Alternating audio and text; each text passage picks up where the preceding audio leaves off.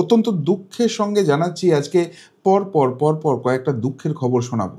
তবে হ্যাঁ, একটা কন্ডিশন আছে। দুঃখের খবরটা তাদের জন্যই হবে যারা এতদিন ছদ্ম বিজেপি সেজে দিদিমণির কি হবে, এখানে এসআইআর প্রক্রিয়ায় তো দিদিমণি সবই লুট করে ফেলেছেন, এখানে আর কোথাও কিচ্ছু বাঁচার আশা নেই করে খুব হাহুতাশ করছিলেন।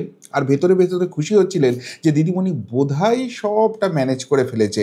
এত কিছু ঢাকঢোল পেটানোর পরেও আলটিমেটলি এসআইআর কিছু আটকাতে পারবে না, দিদিমণি আবারও ড্যাং ড্যাং করে জিততে জিততে আসবেন। দুঃখবরটা তাদের জন্য। প্রথমেই 1 নম্বর দুঃখবর যেটা হচ্ছে সেটা হচ্ছে বাঁচার যে শেষ জায়গা ছিল না, সেই সুপ্রিম কোর্ট, সেই মহামান্য সুপ্রিম কোর্টে গিয়ে একের পর এক ধাক্কা খেতে হচ্ছে।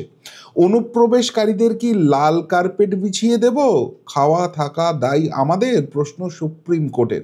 আজকে মহামান্য সুপ্রিম কোর্টে রোহিঙ্গাদের নিয়ে একটা আদিক্ষেতামূলক মামলা হয়েছিল, হেভিয়াস কর্পাস মামলা হয়েছিল। অনেকেই ওই দৃশ্যম ছবিটার কল্যাণে এই শব্দটার সঙ্গে পরিচিত। অর্থাৎ এখানে নিজের থেকে একটা স্বতঃপ্রণোদিত হয়ে মামলা করার একটা ব্যাপার রয়েছে এবং একটা স্বেচ্ছাসেবী সংস্থা তারা আবেদন করেছিল যে ভারতবর্ষ থেকে যারা রোহিঙ্গা উদ্বাস্তু, অনুপ্রবেশকারী নয়, রোহিঙ্গা উদ্বাস্তু, তারা হঠাৎ করে ভ্যানিশ হয়ে যাচ্ছে এবং এইটা নিয়ে সুপ্রিম কোর্টের একটু ব্যাপারটা নেড়েচেড়ে দেখা উচিত।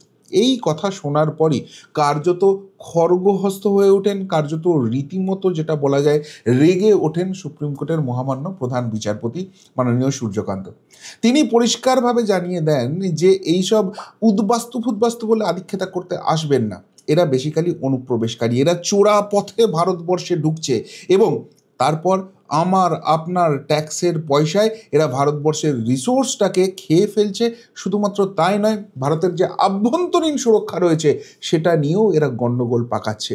সুতরাং মামলাকারীরা যদি ভেবে থাকেন যে এদেরকে মহামান্য সুপ্রিম কোর্ট ওই লাল কার্পেট বিছিয়ে দেবে, এদের জন্য আলাদা করে রক্ষা কবচ করে দেবে, এদের জন্য প্রোটেকশনের ব্যবস্থা করে দেবে, তাহলে অত্যন্ত ভুল করছে। এবার আপনাদের মনে একটা স্বাভাবিক কোশ্চেন আসবে যে একটা স্বেচ্ছাসেবী সংস্থা তারা রোহিঙ্গা নিয়ে প্রশ্ন টশ্ন করেছে, মামলা টামলা করেছে, তার সঙ্গে দিদিমণির কি সম্পর্ক আছে? দেখুন, এই রাজ্যের মূল সমস্যা, তার যে ভিত্তি, সেটা হচ্ছে এই রোহিঙ্গা, এই অবৈধ বাংলাদেশিরা যারা অনুপ্রবেশ ঘটিয়েছে, যাদেরকে অনুপ্রবেশ ঘটানো হয়েছে, যাদেরকে জামাই আদর করে ভোটার কার্ড, প্যান কার্ড, আধার কার্ড সমস্ত কিছু তৈরি করে দেওয়া হয়েছে এবং তারপর তারা হয় এই পশ্চিমবঙ্গে জাঁকিয়ে বসে আছে, না হলে সারা ভারতবর্ষে ছারপোকা আরশোলার মতো ছড়িয়ে পড়েছে। এবং যখনই এই রাজ্যে ভোট হয় তারা অনুপ্রেরণায় ভেসে চলে আসে এবং এসে ভোটটা দেয়। ফলে এই রাজ্যে এত কিছু বদমাইশি করার পরেও, এত কিছু করে রাজ্যটাকে অন্ধকারে ডুবিয়ে দেওয়ার পরেও এরা জিতে যায় এবং বলে মানুষ আমাদের পাশে আছে। এখন যে প্রক্রিয়াটা চলছে না, তাতা সেই প্রক্রিয়ায় এই অবৈধ বাংলাদেশি, এই অবৈধ রোহিঙ্গা, তাদেরও চিহ্নিত করার একটা বড় প্রক্রিয়া চলছে। এবং সাধারণ মানুষ, শুভবুদ্ধি সম্পন্ন মানুষ, তারা খুব ভালো করে জানেন যে সত্যি সত্যি যদি এইটাকে এস্টাবলিশ করা যায়, এটাকে খুঁজে পাওয়া যায়, সেক্ষেত্রে কিন্তু দেশটা সুরক্ষিত হবে এবং যারা এই বদমাইশি করে এতদিন ভোটে জিতে আসছিল তাদের কিন্তু ঘটিবাটি চাটি হয়ে যাবে। সেই জন্য এদেরকে টিকিয়ে রাখার একটা মরিয়া প্রয়াস হচ্ছিল। এখন অনেক চেষ্টা করেও, অনেক গুপিবাজি করেও ইলেকশন কমিশনের থ্রু দিয়ে যে সেটা হবে না, সেটা স্পষ্ট হয়ে গেছে। তাহলে উপায়টা কি রয়েছে? উপায়টা রয়েছে কোনো রকমে যদি মহামান্য সুপ্রিম কোর্ট এখানে হস্তক্ষেপ করে এবং এরা এতদিন ভারতবর্ষে আছে এই কথাটা মাথায় রেখে যদি এদেরকে কোনো রকমে নাগরিকত্বটা দিয়ে দেয়, যদি এদেরকে কোনো রকমে ভোটার তালিকায় নাম তোলার অধিকারটা দিয়ে দেয়, তাহলে কিন্তু খেলাটা জমে যাবে। এবং সেই জন্যই ঘুর পথে এই মামলাটা করা হয়েছিল। সরাসরি পলিটিক্যাল যোগ নেই, কিন্তু পিছন থেকে সেই পলিটিক্যাল ইনপুট না থাকলে এই ধরনের মামলা হয় না। আর সেই জায়গাটা যখন মহামান্য সুপ্রিম কোর্ট জল ঢেলে দিল, তাহলে আগামী দিনে এই নিয়ে যখন মামলা হবে মহামান্য সুপ্রিম কোর্টের কাছে, তখন কিন্তু সেই জায়গাটা আর পাত্তা পাবে না যে যারা অবৈধ বাংলাদেশি, যারা অবৈধ রোহিঙ্গা, তাদের নিয়ে কোনো সিম্প্যাথি নেই, তাদেরকে যদি তারাই বুলডোজারে করে অন্যদিকে পাঠিয়ে দেয়, বেশ করেছে, এই জায়গাটাই কিন্তু এস্টাবলিশ হয়ে যাবে। আর সেটা যদি হয় তাহলে 26-এর বৈতরণী পের করা এতটাও সহজ জিনিস নয়। এই ধাক্কা যখন মোটামুটি সামলাবো কি সামলাবো না এরকম একটা ভাবনার জায়গায় চলে এসছে, তা করতেই আজকে 2 নম্বর ধাক্কাটা এসে গেছে এবং সেটাও মহামান্য সুপ্রিম কোর্টে। কি ধাক্কা? Supreme court on walk of, ট্রাইব্যুনালে যান, শিববলের ওয়াক অফ আপত্তি শুনল না সুপ্রিম কোর্ট। আপনারা জানেন আমাদের রাজ্যের দিদিমণি তিনি সবসময় বলেন কিচ্ছু হতে দেবো না, সিএ হতে দেবো না, ওয়াকফ হতে দেবো না, এসআইআর হতে দেবো না, তারপর শেষ পর্যন্ত ছুঁচো গেলার মতো সমস্ত কিছুই হতে দিতে বাধ্য হন। কেননা নিয়মের বাইরে কেউ নয়, আইনের বাইরে কেউ নয়। এই ওয়াকফটাও হতে দেবো না খুব চিৎকার চেঁচামেচি করে বলা হয়েছিল, কিন্তু ফাইনালি কিছুদিন আগেই আপনারা দেখেছেন যে সরকারি নির্দেশিকা এসে গেছে এই রাজ্যের ওয়াকফ সম্পত্তি সেটাকে আপলোড করতে হবে। অর্থাৎ ওয়াকফ আটকাবার ক্ষমতা নেই এই রাজ্যে, ক্ষমতায় কেউ থাকুন চাই না থাকুন, আলটিমেটলি ভারতবর্ষের নিয়ম সবাইকে মেনে চলতে হবে। আর সেই জায়গা থেকে এখন একটা ডামাডোল শুরু হয়ে গেছে ওই দুদেল গায়েদের মধ্যে। তাদের মধ্যে বেশ একটা বড় রকমের নাড়াচাড়া হচ্ছে যে ভাই তুমি তো বলেছিলে কিচ্ছু করতে দেবো না, সব আটকে দেবো, বিজেপি এলে এখানে সর্বনাশ হয়ে যাবে, বিজেপিকে তো এখন আমরা আসতে দিইনি, তাহলে কেন এই জিনিস হচ্ছে? ফলে মুখ দেখাবার জায়গা নেই এবং 26-এ এইটার জন্য বড় খেসারত দিতে হবে। সেই জন্য সুপ্রিম কোর্টে একটা চেষ্টা করা হয়েছিল যে এই যে ওয়াকফ বোর্ডের যে সম্পত্তিগুলো তোলা আছে, যে পোর্টালটা করা হয়েছে কেন্দ্র সরকার যেটা করেছে সেটার 6 মাস পিছিয়ে দেওয়া হোক। কেন 6 মাসটা বলা হয়েছিল? দেখুন 6 মাসটা খুব ক্রুশিয়াল। আমরা বর্তমানে রয়েছি ডিসেম্বর মাসে, 6 মাস মানে ডিসেম্বর, জানুয়ারি, ফেব্রুয়ারি, মার্চ, এপ্রিল, মে মাসটা কভার হয়ে যাচ্ছে, মানে 2026-এর ইলেকশনটা মোটামুটি কভার হয়ে যাচ্ছে। তাহলে যদি ইলেকশন অবধি টেনে দিতে পারে যে দেখেছো আমি কিন্তু ঘুরপথে আটকে দিয়েছি, এখানে কাউকে ওয়াকফ বোর্ডের সম্পত্তি কিচ্ছু এখানে খতিয়ান দিতে হয়নি, তোমরা যে যা ভোগ করছিলে, যে যা মেরে খাচ্ছিলে খেয়ে যাও, আমি ওই ব্যবস্থাটাই করব, তারপর আবার আমি মামলা করে দেবো, আমি আটকে দিয়েছি তো ব্যাপারটা। এই জায়গাটা এস্টাবলিশ করার জন্যই এই মামলাটা করা হয়েছিল।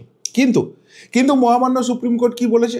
মহামান্য সুপ্রিম কোর্ট বলেছে ধর এসব কিচ্ছু হবে না, তোমরা যেসব ফালতু লজিক দিচ্ছ শোনার মতো কোনো জায়গা নেই। এপ্রিল মাসে রায় বেরিয়েছে, জুন মাসে পোর্টাল তৈরি করা হয়ে গেছে, এই ডিসেম্বর অবধি তোমরা ঘুমোচ্ছিলে? বলছে না 100-150 বছরের পুরনো সম্পত্তি আমরা কি করে তার দলিল তুলবো? আরে 100-150 বছর কেন, 1000 বছরের পুরনো সম্পত্তি হোক, সম্পত্তি যদি আমার হয় সেই সম্পত্তির দলিল আমার কাছে থাকবে, না থাকা মানে সেই সম্পত্তি আমার নয়, এই জায়গাটা এস্টাবলিশ হয়ে যাবে। সুতরাং তোমরা এই 6 মাস ধরে কি ঘুমোচ্ছিলে? জুন মাসে যখন পোর্টাল তৈরি গেছে, এখন ডিসেম্বর মাসে এসে বলছে আরো 6 মাস পিছিয়ে দাও, ভাগো চলে যাও, ওয়াকফের তো ট্রাইব্যুনাল আছে সেইখানে গিয়ে অ্যাপ্লাই করো, 6 মাসের বাড়ানোর কথা সেখানে বলো, তারা যেসব রায় দেবে তারপর আমরা ভাবনা চিন্তা করে দেখব। অর্থাৎ এই জায়গাটাও কিন্তু আটকানো গেল না, বিড়ম্বনা বাড়ছে। আর সেই বিড়ম্বনা বাড়িয়ে আজকে একটা মারাত্মক স্টেপের কথা কেন্দ্র সরকার ঘোষণা করে দিয়েছে। সঞ্চার সাথী, সব স্মার্টফোনে বাধ্যতামূলক সঞ্চার সাথী অ্যাপ, উদ্বেগের 5 কারণ। এই জায়গাটা ভারত সরকার একটা মারাত্মক পদক্ষেপ নিয়ে আসছে। কি পদক্ষেপ? এবার থেকে আপনার আমার ফোনে একটা অ্যাপ থাকবে, যে অ্যাপটার নাম হচ্ছে সঞ্চার সাথী। যদি আমাদের যারা পুরনো মোবাইল স্মার্টফোন ইউজ করছি সেখানে একটা আপডেট আসবে এবং সেখানে অটোমেটিক্যালি এটা ইনস্টল হয়ে যাবে। আর যারা নতুন ফোন কিনবে সেখানে প্রি ইনস্টলডই থাকবে এই সঞ্চার সাথী অ্যাপ। এবং এটা নিয়ে একটা কনফিউশন আছে, জ্যোতিরাদিত্য সিন্ধিয়া বলেছেন যে এটা আপনার ইনস্টল হওয়ার পরও আমি আনইনস্টল করতে পারবেন। আবার বিভিন্ন সংবাদ মাধ্যমে দেখছিলাম যে না, এটা হচ্ছে আনইনস্টল করা যাবে না, এটা আপনার অ্যাপেই থাকবে। কেন এই জায়গাটা থাকবে? কেন্দ্র সরকারের যুক্তিটা কি? কেন্দ্র সরকারের যুক্তি হচ্ছে এখন এই স্মার্টফোন ইউজ করে, এই টেকনোলজিটাকে ইউজ করে এক সাধারণ মানুষকে বিপদে ফেলা হচ্ছে, বিভিন্ন স্ক্যাম হচ্ছে এবং অনেক সময়ই সাধারণ মানুষ সেই স্ক্যামগুলো বুঝতে পারছে না, তারা ফেঁসে যাচ্ছে, তাদের একটা বড় আর্থিক প্রতারণার মুখে পড়তে হচ্ছে। ওই ডিজিটাল অ্যারেস্ট থেকে শুরু করে রিসেন্টলি একটা মারাত্মক স্ক্যাম সামনে এসছে, আমি সেদিন কি ভিডিওতে দেখছিলাম। এতদিন কেউ তো আমাদের লিঙ্ক ফিঙ্ক পাঠাতো, সেগুলো আমরা ক্লিক করতাম। এখন যেটা হচ্ছে ওই যে ছবিগুলো আছে না, ওই ছবিগুলোর মধ্যে কোড ঢুকিয়ে দেওয়া হচ্ছে। এবার একটা ছবি যদি আপনার মোবাইলে চলে আসে এবং তলায় লেখা থাকে, দেখুন তো এই ভদ্রলোককে চেনেন কি না, একে 2 দিন ধরে খুঁজে পাওয়া যাচ্ছে না। আপনার মনের মধ্যে সন্দেহ হবে যে কী ব্যাপার হলো, সত্যি তো যদি একটা মানুষের হেল্প হয়, আপনারা ডাউনলোড করলেন, যে মুহূর্তে ডাউনলোড করবেন আপনার ফোনটা হ্যাক হয়ে যাবে, আপনার অ্যাকাউন্ট থেকে টাকা ভ্যানিশ হয়ে যাবে, এবং এরকম ঘটনা ঘটেছে। তাহলে এই যারা প্রতারক রয়েছে, এই যারা সাইবার ক্রাইম করছে, তারা কতখানি অ্যাডভান্স হয়ে গেছে। এবার সেই জায়গাটাকে প্রোটেক্ট করা, সেই প্যাটার্নটাকে চেনা, সাধারণ মানুষের যে টাকাটা চুরি যাচ্ছে সেটাকে রিকভার করা, এটা একটা বড় হেডেক হয়ে যাচ্ছে। ফলে এই সঞ্চার সাথী যে অ্যাপ রয়েছে সেটার মাধ্যমে এগুলোকে সব ট্র্যাক করা হবে, ফ্রড স্ক্যাম হচ্ছে কিনা। 2 নম্বর, যেটা এখনও অফিসিয়ালি ঘোষণা করছে না কিন্তু অনেকেই যেটা মনে করছেন, যে আধুনিক বিশ্বে এই স্মার্টফোনটা জঙ্গিদের একটা বড় হাতিয়ার। এদেরকে বিভিন্ন রকম টোপ দিয়ে, বিভিন্ন গ্রুপে ঢুকিয়ে দিয়ে, হোয়াটসঅ্যাপ, টেলিগ্রাম এই সমস্ত কিছু ব্যবহার করে সেই জায়গা থেকে এদের ব্রেন ওয়াশ করা হচ্ছে এবং জঙ্গিমূলক কার্যকলাপ এইগুলো বৃদ্ধি পাচ্ছে। এখন অনেক সময়ই যারা এর মধ্যে জড়িয়ে পড়ছেন ইনিশিয়ালি তারা বুঝতে পারছেন যে তারা এর মধ্যে জড়িয়ে পড়ছেন, যখন বুঝতে পারছেন তখন আর ফেরত আসার জায়গা থাকছে না। ফলে এদেরকে ব্যবহার করেই ভারতবর্ষে বিভিন্ন নাশকতামূলক কাজ হচ্ছে। এখন যে অ্যাপগুলো আমাদের ফোনে আছে তার বেশিরভাগ অ্যাপই বিদেশি অ্যাপ, এবং সেখানে বহু ক্ষেত্রে সরকারকে তারা তথ্য দিতে চাইছে না, তারা এনক্রিপ্টেড ডেটা রাখছে। এই জায়গাটা থেকে এই সঞ্চারসাথী অ্যাপ কিন্তু সেগুলোকেও ট্র্যাপ করতে পারে। এখন এই জায়গাটায় দেখুন, যারা সাধারণ মানুষ, আমার ক্ষেত্রে যদি বলেন, আমি তো নিজে থেকে এগিয়ে সঞ্চারসাথী অ্যাপ ইনস্টল করব, কারণ আমার লুকোনোর কিছু নেই, আমার 2 নম্বরই ফেরেববাজি কোনো কাজ নেই। আমার পাশে যদি সরকার দাঁড়ায়, আমি যদি পোটেনশিয়াল ফ্রড থেকে বাঁচি, আমি যদি এই রকম কোনো রকম কার্যকলাপের মধ্যে যুক্ত হয়ে যাই, সেটা যদি আগে থেকে সরকার জানতে পারে এবং আমাকে সেখান থেকে প্রোটেক্ট করে, এর থেকে ভালো জিনিস তো কিছু নেই। আমি কার সঙ্গে কি কথা বলি না বলি তার মধ্যে তো কোনো গুজুর ফুসুর নেই, কোনো লুকোনোর জন্য ছবি নেই। সুতরাং এই মানুষদের কিন্তু কোনো রকম অসুবিধা হবে না। কিন্তু অসুবিধা কাদের হবে? যাদের ওই 2 নম্বরই কারবারটা করতে হয়, যাদের এই ফোনটাকে ব্যবহার করে অনেক কিছু প্রোপাগান্ডা ছড়াতে হয়, তাদের ক্ষেত্রে কিন্তু প্রবলেম হবে। এবং একটা রিসেন্ট উদাহরণ দিলে আপনারা বুঝতে পারবেন। ধরুন কিছুদিন আগে এক বিজেপি নেতা এবং 2 বিজেপি নেত্রীকে জড়িয়ে অশ্লীলতম ছবি তৈরি করে দিয়ে, কনসেপ্ট তৈরি করে দিয়ে ভাইরাল করে নোংরামি করছিল একদল রাজনীতির নামে কলঙ্কের লোক। এবার সেটা নিয়ে আবার এখন বড় বড় বরফাট্টাই করছে এরা। কিন্তু যখনই এই সঞ্চারসাথী অ্যাপ থাকবে, এই ধরনের কোনো স্ক্যাম হলে, এই ধরনের কোনো অসভ্যতা করলে, অশ্লীলতা করলে, মহিলাদের সম্মানহানি করলে, এটা কিন্তু ইমিডিয়েটলি ক্র্যাক হয়ে যাবে। এবং কোথা থেকে আসছে সেই জায়গাটা যখন ট্র্যাক হয়ে যাবে, সেখান থেকে কোথায় কোথায় ছড়িয়েছে, কারা কারা কোথায় কোথায় সোশ্যাল মিডিয়ায় শেয়ার করেছে, সব কিছু আসবে, ইমিডিয়েটলি সেগুলোকে স্টপ করা যাবে। মহিলাদের সম্ভ্রমহানি বা এই ধরনের ফেক প্রোপাগান্ডা চালানো, এইগুলো কিন্তু কমপ্লিটলি স্টপ হয়ে যাবে। তাহলে এটা ভালো না খারাপ? আজকে যদি আপনার স্ত্রী, কন্যা, মা, দিদি এদের সঙ্গে এই ঘটনা ঘটে, আমার পরিবারের সঙ্গে ঘটে, এটা তো আমাদের জন্য খারাপ। সুতরাং আমরা চাইবো এরকম সঞ্চারসাথীর মতো অ্যাপ থাকুক, যাতে এগুলো স্টপ হয়। কিন্তু যারা এই প্রোপাগান্ডাটা চালায়, যারা এই নোংরামিটা করে, যারা এই অসভ্যতাটা করে, এটা ছাড়া যাদের পেটের ভাত জোটে না, তাদের তো বিষ বাউ জলে চলে যাবে জিনিসটা। ফলে তাদের মধ্যে একটা চিরিং লাফানি চলে এসছে। কিন্তু আবারও কেন্দ্র সরকার যখন আইন আনছে, মানতে হবেই। এবং সেই জায়গা থেকে আগামী দিনে এই ধরনের পোটেনশিয়াল যে তেঁদরামিগুলো এরা করছে না, সেই সমস্ত কিছু বন্ধ হবে এবং শাস্তির আওতায় আসবে। ফলে ছটফটানি কিন্তু আরও বাড়ছে। এবার আরও 2টো ছোট্ট ছোট্ট জিনিস আপনাদের দেখিয়ে দিই, যেটা দিয়ে আমি এই প্রতিবেদন শেষ করব। নাম্বার 1, দিদিমণির কথা শুনছিলাম, এসআইআর একজন এক্স অফিসারকে ওরা পাঠিয়েছে, ভয় পাবেন না, আমি আছি, ডিএমদের উদ্দেশ্যে মুখ্যমন্ত্রী। তিনি তো সবার সঙ্গেই থাকেন, অনেকের সঙ্গেই থাকার কথা বলেন, কিন্তু শেষ পর্যন্ত কি থাকতে পারেন? অপরাধ যদি কেউ করে, তাকে শাস্তির মুখে আসতেই পারবে। কেন এই কথাটা বলতে হচ্ছে? দেখুন, এই যে এসআইআর নিয়ে বিভিন্ন গণ্ডগোলের ছবি উঠে আসছিল, সেটা ইলেকশন কমিশনের কাছে স্পষ্ট হয়ে গেছে। ফলে মাননীয় সুব্রত গুপ্তকে দায়িত্ব দেওয়া হয়েছে স্পেশাল অবজারভার হিসেবে, এবং তার আন্ডারে দুটো করে জেলা দিয়ে আরও 12 জন অফিসারকে সেখানে কিন্তু অ্যাপয়েন্ট করা হয়েছে। এবং এদের কারোর সঙ্গেই দিদিমণিদের সম্পর্ক ভালো নয়, কেননা এরা সৎভাবে অনেস্টলি নিজের কাজটা মেরুদণ্ড সোজা রেখে করতে চেয়েছিলেন। ফলে এদেরকে খেসারত দিতে হয়েছে। আর আজকে ইলেকশন কমিশন এদেরকে কাজ করার জায়গাটা দিয়েছে। আর এদের যখন কাজ করার ক্ষমতাটা দিয়েছে, তখন কিন্তু যারা এতদিন চুরি বাটপারি করছিল, যারা এই এসআইআর প্রসেসটাকে ঘাঁটার চেষ্টা করছিল, যারা দিদিমণিকে তুষ্ট করার চেষ্টা করছিল, তাদের কিন্তু ফেটে হাতে চলে এসছে। ফলে তারা এবার বুঝতে পারছে তারা শাস্তির আওতায় আসবে। বিহারে যেভাবে 52টা বিএলওকে এখনও জেল খাটতে হচ্ছে না, এই রাজ্যে সেই সংখ্যাটা আরও বাড়বে। এসআইআর প্রসেস যত এগোবে, এই টেন্ডেন্সি কিন্তু তত তীব্র হবে। ফলে তাদের মধ্যে আতঙ্ক আসছে। তারা একটা বাঁচার রাস্তা খুঁজছে, যে আমাদের এতদিন ভুল হয়ে গেছে, আমরা ব্যাপারটা বুঝতে পারিনি, এখন দেখো আমরা ঠিকঠাক করছি। কেননা এদের যদি জেল হয়, জেল, জরিমানা, চাকরি যাওয়া, সব কিছু কিন্তু পরপর হবে, চিন্তার কোনো কারণ নেই। এরা বুঝতে পারছে এদের ভবিষ্যৎটা কী হতে চলেছে। যতই দিদিমণি বলুক যে ইলেকশন কমিশন 3 মাস আছে, আমরা তো 5 বছর চালাবো, তিনি যদি 26-এ জিততে না পারেন, 5 বছর কোথায় চালাবেন, কোথায় থাকবেন? কিন্তু যারা অপরাধটা করে ফেললো, তাদের কিন্তু সব কিছু গেল, এটা এরা বুঝতে পেরে গেছে। আর সেই জন্যই এরা এবার ব্যাক গিয়ার দিতে শুরু করেছে। আর তাই দিদিমণিকে এগিয়ে এসে বলতে হচ্ছে। অর্থাৎ যারা ভাবছিলেন যে এসআইআর প্রসেস লুটে নিয়েছে আর ইলেকশন কমিশন বসে বসে আঙুল চুষছে, তা কিন্তু নয়। যদি সেটা হতো, এই সব কথা বলে তাদেরকে তাতাতে হতো না, তাদেরকে ময়দানে নামাতে হতো না।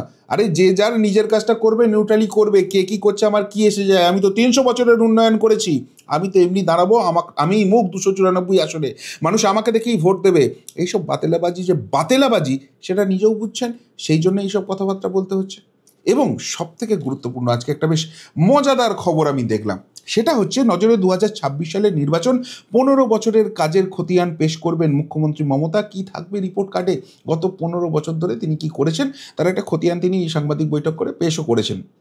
যদিও সেটা করতে গিয়ে আবার সব দারিদ্র সীমার নিচে নামিয়ে দিয়েছেন, করে টোরে বলেছেন, আবার বলেছেন যে না আমি ওটা ভুল বলেছি, অফিসিয়ালি উইথড্র করলাম। কেউ এটা নিয়ে যদি কিছু বলে আমি নজর রাখছি সোশ্যাল মিডিয়ায়, আমি কিন্তু আইনি ব্যবস্থা নেবো। আরে আপনার আইনি ব্যবস্থা খুব ভালো করে জানা আছে, আপনার আইনি ব্যবস্থা প্রত্যেকবার টেনে নিয়ে যাই আমরাই হাইকোর্টে, আর তারপর আদালতে ঠাস ঠাস ঠাস করে আইনে থাপ্পড় পড়ে। তো যাই হোক, আমি ওই প্রসঙ্গে যাচ্ছি না, হতেই পারে মুখ ফসকে বলে ফেলেছেন সেই কথাটা। কিন্তু আমি যে প্রসঙ্গটা তুলছি সেটা হচ্ছে যে 3বার তো মুখ্যমন্ত্রী হয়েছেন, 2011টা ছেড়ে দিচ্ছি, 2016 বা 2021-এর আগে, এতদিন আগে দেখেছেন যে আমি কি করেছি কি করেছি কি করেছি এরকম প্রচার শুরু করা দেখেছেন কোনো দিন? এই রিপোর্ট কার্ড দিচ্ছি, আমি করে ফাটিয়ে দিয়েছি। আরে আপনি করলে আপনাকে প্রচার কেন করতে হবে? এমনিই তো মানুষ জানে আপনি তো 300 বছরের উন্নয়ন করেছেন। এবং সেখানে করতে গিয়েও কেন্দ্রকে শুধু গালাগাল, কেন্দ্র টাকা দিচ্ছে না, এখনও 1,86,000 কোটি টাকার কথা বলছেন। তো এইসব যে জিনিসগুলো করতে হচ্ছে, তার মানে তিনি বুঝে গেছেন যে আর ঘরে বসে থাকলে হবে না, হার সুনিশ্চিত। আর সেই জন্য যদি কোনো রকমের কনসেপ্টটাকে চেঞ্জ করা যায়, কোনো রকমে মানুষকে বোঝানো যায়, 26টা যদি কোনো রকমে উতরানো যায়। আরে যারা বলছিল বিরোধীদের দূরবীন দিয়ে খুঁজতে হচ্ছে, বিরোধীদের প্রার্থীও আমরা দিয়ে দেবো নাকি, 250 থেকে 260 আসনে জিতে ড্যাং ড্যাং করতে করতে চতুর্থবারের জন্য মুখ্যমন্ত্রী হব, তাদেরকে এখন থেকে ঢাকটা পেটাতে হচ্ছে। কেন ঢাকটা পেটাতে হচ্ছে? এই কারণেই, কেননা মুখে বলা কথা আর বাস্তব পরিস্থিতির মধ্যে আসমান জমিন তফাৎ আছে। সেটা এসআইআর আগেই বুঝতে পারছিল, এবং এসআইআর হওয়ার পর যেভাবে হচ্ছে তাতে করে যে খেলাটা শেষ হয়ে গেছে খুব ভালো অনুধাবন করতে পারছেন। আর সেই জন্যই এত কিছু চেষ্টা চরিত্র করতে হচ্ছে। স্বতঃস্ফূর্তভাবে যারা 294-এর মধ্যে 250 থেকে 260 আসন জিততে পারে, তাদের এত অ্যাডভার্টাইজমেন্টের প্রয়োজন হয়ে পড়ে না। যাদের হয়ে পড়ে তাদের থেকে একটা জিনিসই বোঝা যায়, যে চোখের সামনে শুধু হার হার আর হার, আর হারের আতঙ্ক থরথর করে আসছে, আর সেই জায়গাটা আর সহ্য করা যাচ্ছে না। কি বলবেন এই সমস্ত দুঃখের খবর নিয়ে? যদি কিছু বলার থাকে অবশ্যই কমেন্ট বক্সে কমেন্ট করে জানাবেন। এখনকার মতো এখানেই শেষ করলাম, ফেরত আসছি নতুন প্রতিবেদন নিয়ে খুব তাড়াতাড়ি। ভালো থাকবেন, সাথে থাকবেন, পাশে থাকবেন। নমস্কার।